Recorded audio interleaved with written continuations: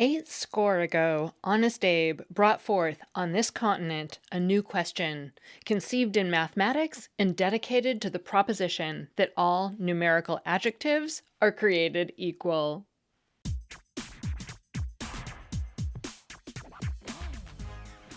Grammar Girl here. I'm Mignon Fogarty, and you can think of me as your friendly guide to the English language. We talk about writing, history, rules, and other cool stuff. This week, we investigate the word score, and we answer a fascinating question about English plurals. In our Killer Bunnies episode back in April, we also talked about the use of dozen, and that got us thinking about the other words based on numerical systems, specifically the use of score to represent 20. If you were paying attention during history class, you probably remember that Abraham Lincoln's Gettysburg Address in 1863 begins 7 years ago. But what the heck was 7 years ago? Well, according to Ben's Guide, part of the government printing office, quote, a score is another way of saying 20, so Lincoln was referring to 1776, the year the U.S. declared independence from England, which was 87 years before 1863, unquote. So where does the word score come from, and what's its meaning?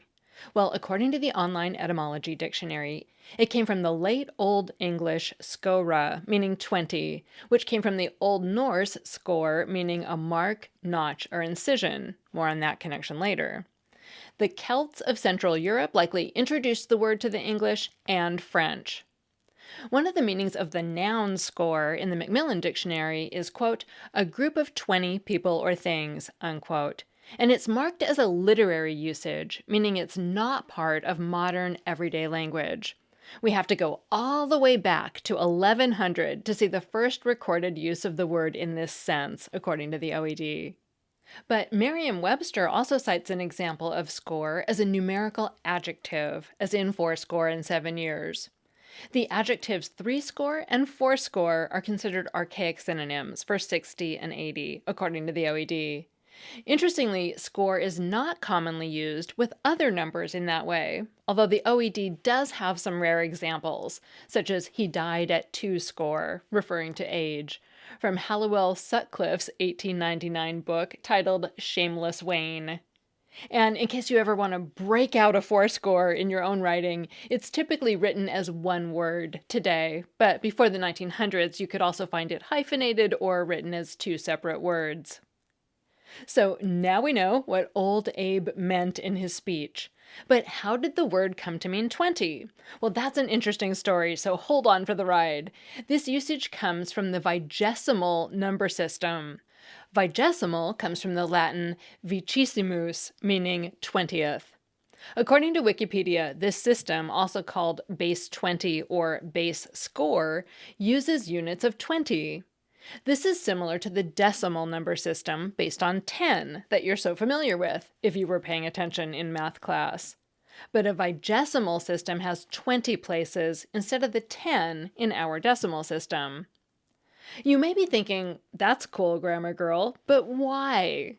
Well, as I mentioned before, the original Old Norse score meant mark, notch, or incision. The online etymology dictionary notes that the idea of using score to mean 20 probably came from, quote, counting large numbers of a passing flock of sheep, etc., by making a notch in a stick for each 20. Makes sense, right?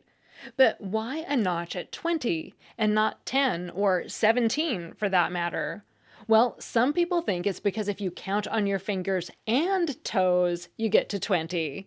I guess if people got creative and included their ears, we could have a base 22 system. Now, you may be surprised to know, we were, that vigesimal systems are used all over the world in many different languages. According to Wikipedia, the most notable example is French, except in a handful of locations. Dictionary.com further explains that in French, 80, or 80, literally means 4 20s.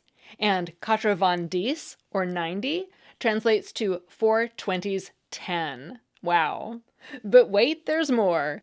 Besides French, Wikipedia lists the following languages, among others, as using vigesimal systems: the Aztecan and Mayan languages of Mexico and northern Central America, Inuit, Yupik, and Unangan, spoken in Alaska, Basque from the Basque Country, an autonomous community of Spain, Asian languages in Bhutan, India, Japan, and Siberia, and the Maori language of New Zealand.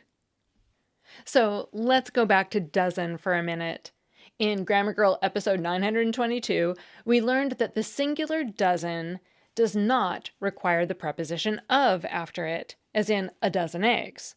But the plural dozens of eggs, referring to an indefinite, not exact number, does. Well, score can also refer to an indefinite number. One of the definitions Merriam-Webster lists for score is an indefinitely large number. And Macmillan Dictionary includes the definition, a large number of people or things. But unlike dozen, both the singular score and the plural scores require of. As in, we need a score of volunteers for the food drive, or scores of volunteers signed up to help with the food drive. Well, I told you it'd be a wild ride, at least for those of us who aren't mathematically inclined. If you're a math nerd, check out the Wikipedia article on vigesimal systems, which blew our grammar nerd minds. As always, language is full of fun surprises. Scores and scores of them. That segment was written by Susan Herman, a retired U.S. government multidisciplined language analyst, analytic editor, and language instructor.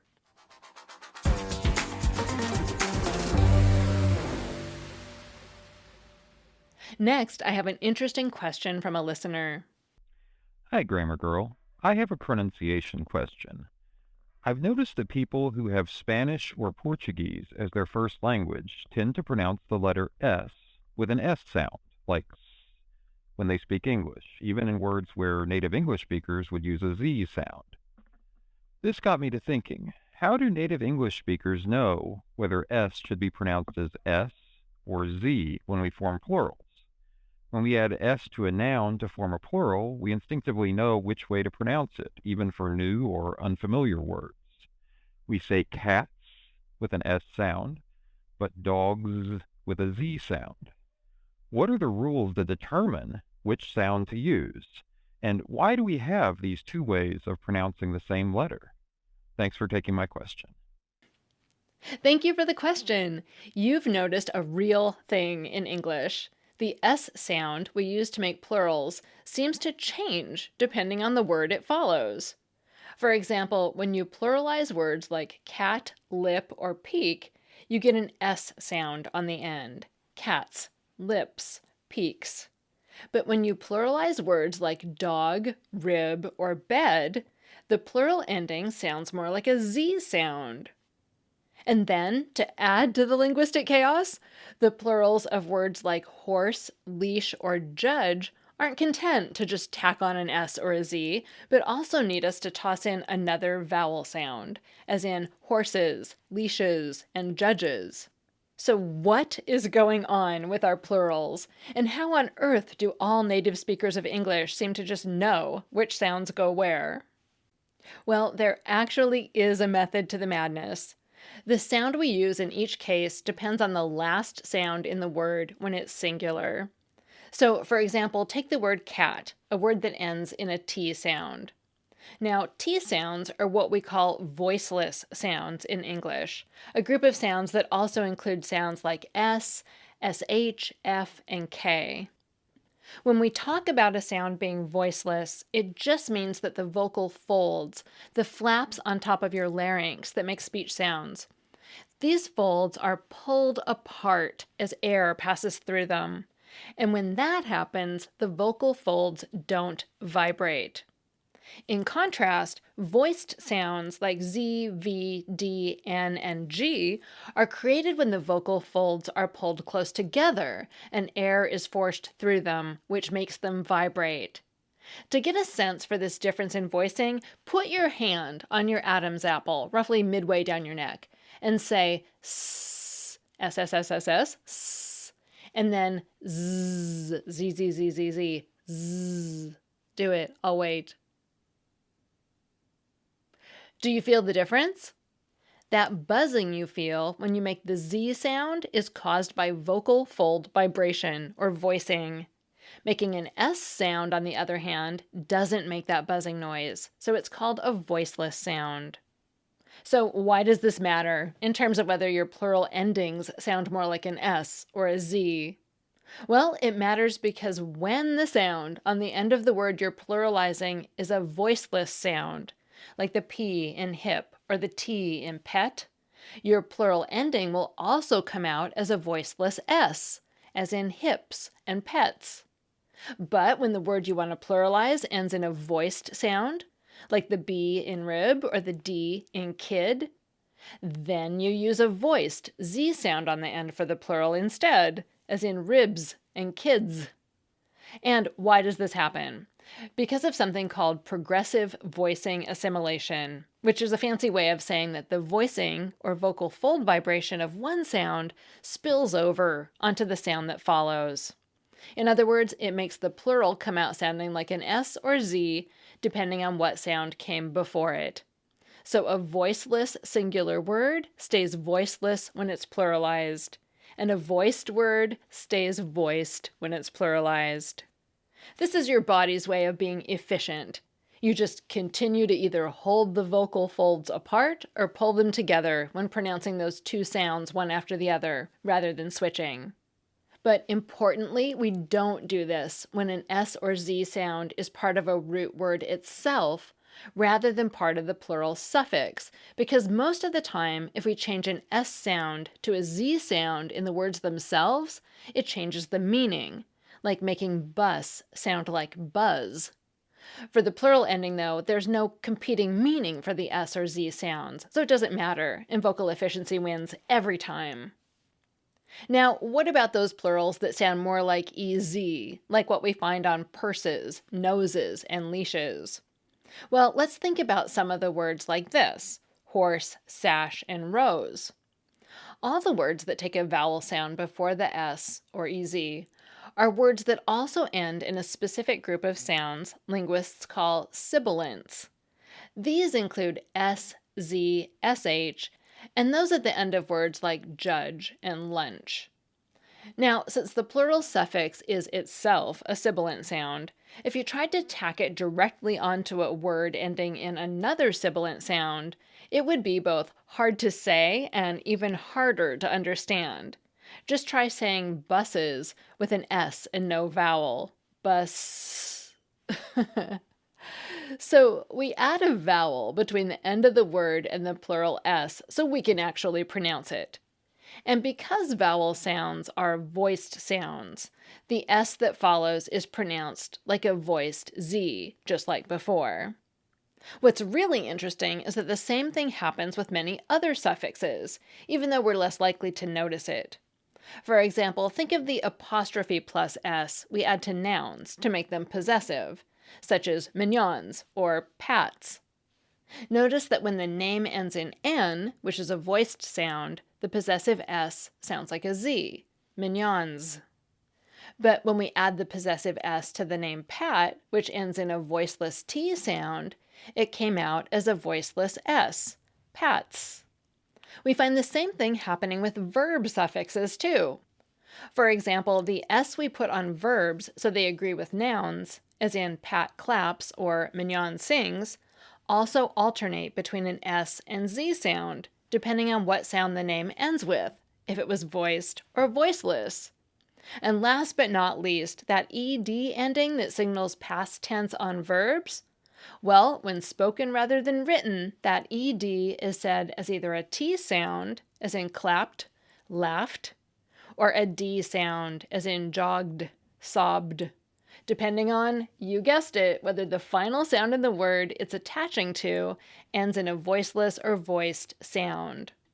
And if a verb ends in a T or D sound, as in rotted or patted, there's a vowel that gets inserted to make it easier to say, just like the sibilant sounds and the plural suffixes we just talked about. So, what starts out seeming very random and chaotic is actually very rule governed and predictable. And this pattern is something that native speakers just pick up as babies when we're learning the rules of our language without any trouble. Unfortunately, though, it can be quite a challenge for non native speakers to learn these rules. It's much harder as an adult. People tend to learn oversimplified rules about making plurals with an S sound, and that gets reinforced by seeing an S in the spelling. If you're struggling to learn, remember that the pronunciation is driven by the sound that comes before it. Words that end with voiced sounds like rib and kid are made plural with a voiced Z sound at the end. And if you're a native English speaker, you can just marvel at all the cool things you subconsciously know how to do and sympathize with people who have to learn it as adults. That segment was written by Valerie Fridland, a professor of linguistics at the University of Nevada in Reno and the author of Like Literally, Dude, Arguing for the Good in Bad English. You can find her at valeriefriedland.com. And finally, I have a Familect story from April. Hi, Mignon. My name is April, and I'm calling from just outside of Detroit. I have a Familect for you. For many generations, my grandmother, one of the sweetest people in the world, also had one of the riot's sense of humor. And her thing was, if you wanted to know what was for dinner, it annoyed her. And so her response was always, sweet'll catch a medal. Sweet'll catch a medal. So everyone in the family always knew if she said that, whatever you get is what you get, and you have to eat it and get over it. But that was her word. Now, I've never heard of anyone else using that word, so I guess that does constitute a Familect. My grandmother, Beth, would always tell you that for dinner we were having sweet'll catch a medal. Enjoy your show. Thank you so much for what you do. Have a great day. Bye. Thanks so much, April. That is definitely a Familect, and I haven't heard anything like that either. I did some Google searches using different possible spellings or word combinations and got that rare Google response you get when absolutely nothing matches your query. And it reminds me of the call we played a few weeks ago with Sheila's Belgian father saying the equivalent of a little bit of this and a little bit of that all mixed together when asked what's for dinner. It makes me wonder if other families have unusual words to answer that question. Maybe it's a fertile ground for Familect creation. Thanks again for the call. If you want to share the story of your Familect, a family dialect or word your family and only your family uses, call the voicemail line at 83321-4GIRL, and I might play it on the show. Be sure to tell me the story behind your word or phrase and call from a quiet place. Grammar Girl is a quick and dirty tips podcast. Thanks to my audio engineer Nathan Sems and my editor Adam Cecil. Our ad operations specialist is Morgan Christensen. Our marketing and publicity assistant is Davina Tomlin. Our digital operations specialist is Holly Hutchings, and our intern is Cameron Lacey. And I'm Mignon Fogarty, better known as Grammar Girl. That's all. Thanks for listening.